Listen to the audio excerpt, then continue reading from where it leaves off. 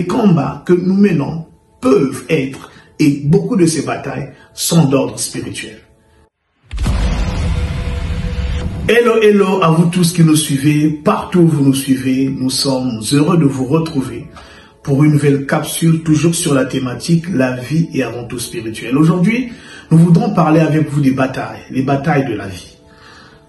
Parce que vous serez d'accord avec moi que les batailles sont le lot de tout être humain. Depuis que vous êtes né jusqu'à cet âge, vous avez vécu beaucoup de batailles et vous continuerez à en vivre. Et ce sont des réalités qui durent depuis des temps immémoriaux. Il y a un écrit aussi plus vieux que les écrits de Moïse. Il s'agit bien sûr de l'écrit de Job, puisque Job est le premier livre écrit de la Bible. Nous dit ceci dans Job 7 au verset 1. J'aimerais commencer par là.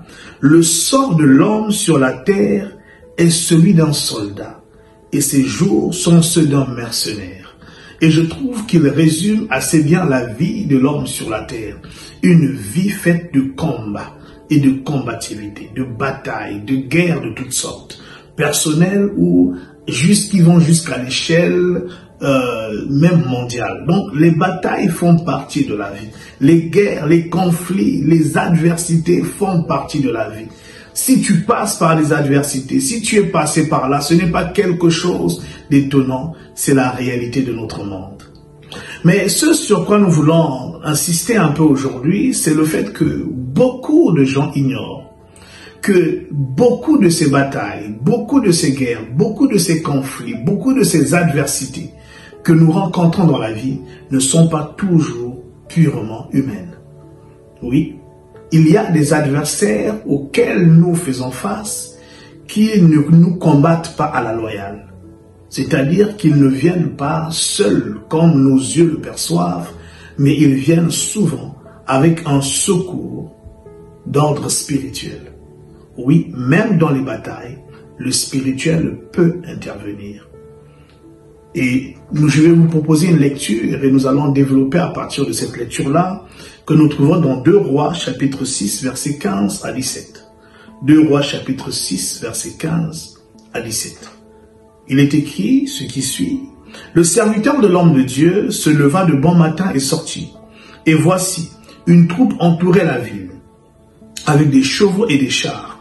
Et le serviteur dit à l'homme de Dieu, « Ah, mon Seigneur, comment ferons-nous » Il répondit, « Ne crains point, car ceux qui sont avec nous sont en plus grand nombre que ceux qui sont avec eux. » Retenez cette phrase. Élisée pria et dit, « Éternel, ouvre ses yeux pour qu'il voie. » Et l'Éternel ouvrit les yeux du serviteur, qui vit la montagne pleine de chevaux et de chars de feu autour d'Élisée.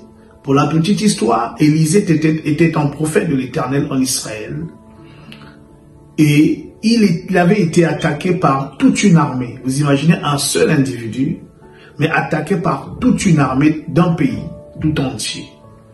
Et il était chez lui avec son serviteur et le matin, le serviteur sort à l'extérieur et se rend compte qu'ils sont entourés par une armée, l'armée syrienne. Le serviteur commence à paniquer. Et il en appelle à son maître Élisée, le prophète, pour lui dire « Ah, mais là, on est, entre guillemets, mal barré. » Et le serviteur, le prophète va le rassurer, mais ce qui nous intéresse, c'est une des phrases que le prophète va prononcer. Il dit, ne crains point, verset 16, car ceux qui sont avec nous sont en plus grand nombre que ceux qui sont avec eux. Vous entendez? On ne dit pas que ceux qui sont en plus grand nombre que eux, mais ceux qui sont avec eux. Il nous renseigne que cette armée qu'il voyait physiquement, qui était là présent, avait un soutien spirituel. Il y avait l'armée, mais il y avait ceux qui étaient avec l'armée. Tout comme il y avait eux et ceux qui étaient avec eux. Et il est question du spirituel, puisque lorsque le Seigneur va ouvrir les yeux à ce serviteur, il verra l'armée autour de lui, une armée de feu, des anges. Pour dire quoi? Les combats que nous menons peuvent être, et beaucoup de ces batailles sont d'ordre spirituel. Derrière ce mari infidèle ou cette femme infidèle, derrière cet enfant rebelle, derrière ces mésententes au travail avec des collègues et que sais-je encore, peuvent se cacher des esprits qui sont en train de pousser les choses, d'agiter les eaux de la discorde et de la guerre. Il est important d'être conscient de cela. Mais alors que faire? Comment mener de telles batailles? Telle est la question à laquelle nous allons répondre dans notre prochaine capsule. C'était le pasteur Pavel et je vous donne rendez-vous à notre prochaine capsule.